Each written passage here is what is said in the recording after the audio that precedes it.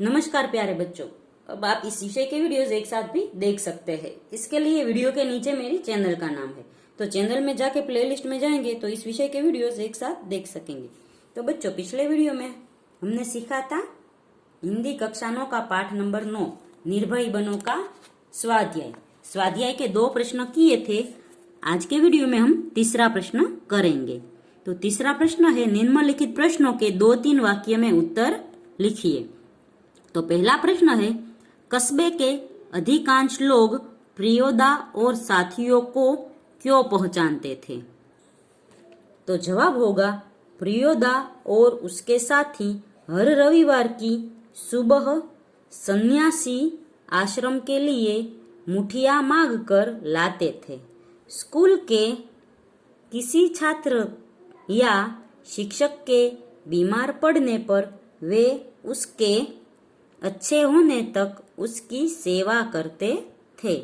उनके इसी सेवा भाव के कारण कस्बे के अधिकांश लोग प्रियोदा और उनके साथियों को जानते थे। दूसरा प्रश्न है, प्रियोदा की टोली शनिवार को स्कूल से छूटने के बाद क्या करती है? तो जवाब होगा, प्रियोदा की टोली शनिवार को स्कूल के से छूटने के बाद परमान नदी के उस पार बालूचर पर एकत्रित होती है। तीसरा प्रश्न है, मनमोहन को तैरना सिखाने के बारे में सूर्य नारायण ने क्या कहा? तो जवाब होगा, मनमोहन को तैरना सिखाने की जिम्मेदारी सूर्य नारायण को सौंपी गई थी।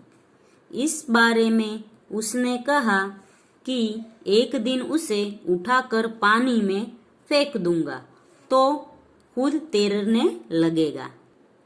चौथा प्रश्न है, पुल के पास गाड़ीवान क्या कर रहा था? तो जवाब होगा, प्रियोदा के दल के सभी सदस्य घर लौट रहे थे। उन्होंने देखा कि पुल के पास एक गाड़ीवान तन्मय होकर एक लोकगीत गा रहा था। पांचवा प्रश्न है, मनमोहन का भय दूर करने के लिए प्रियोदा ने क्या किया? तो जवाब होगा, मनमोहन का भय दूर करने के लिए प्रियोदा उसे उस रास्ते से ले गए जो बिल्कुल सुनसान और डरावना था। उन्होंने मनमोहन को वह उजड़ा मकान दिखाया जहाँ पहले मुर्दों की चीर फाड़ होती थी। लोग मानते थे कि वहाँ आसपास के पेड़ों पर अब भी भूत पिशाच रहते हैं और प्रेतनियाँ झुंड बनाकर नाचती है। छठा प्रश्न है, भूत प्रेत के बारे में प्रियोदा ने मनमोहन से क्या कहा? तो जवाब होगा, भूत प्रेत के बारे में प्रियोदा ने मनमोहन से कहा कि 10 काम करने वाला तो खुद भूत होता है। जो खुद भूत है उसे दूसरे भूत से क्या डर। सातवां प्रश्न है, प्रियोदा की टोली का रविवार को क्या कार्यक्रम होता?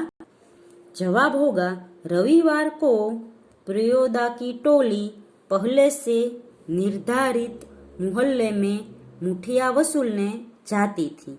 इसी तरह टोली के कुछ लोग बीमार व्यक्ति की सेवा करने जाते थे।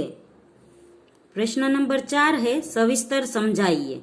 तो पहला है, सूरज पश्चिम की ओर झुक गया।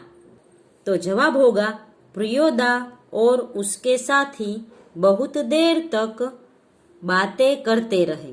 धीरे धीरे शाम होने को आई। सूर्य पश्चिम दिशा में डूबने की तैयारी करने लगा। दूसरा प्रश्न है, 10 और देश का काम करने वाला तो खुद भूत होता है, उसको भूत क्या कर सकता है? तो जवाब होगा, 10 का और देश का काम करने वाले को समय, असमय यहाँ वहाँ जाना पड़ता है, कहीं पर भी और किसी भी रास्ते से जाने में वह नहीं डरता। इस तरह वह खुद भी भूत बन जाता है। तुमको भी 10 और देश का काम करने के लिए इसी तरह भूत बनना है, इसीलिए तुम्हें निर्भय बनना चाहिए। तीसरा प्रश्न है, राम रहीम ना जुदा करो भाई, दिल को सच्चा रखना जी।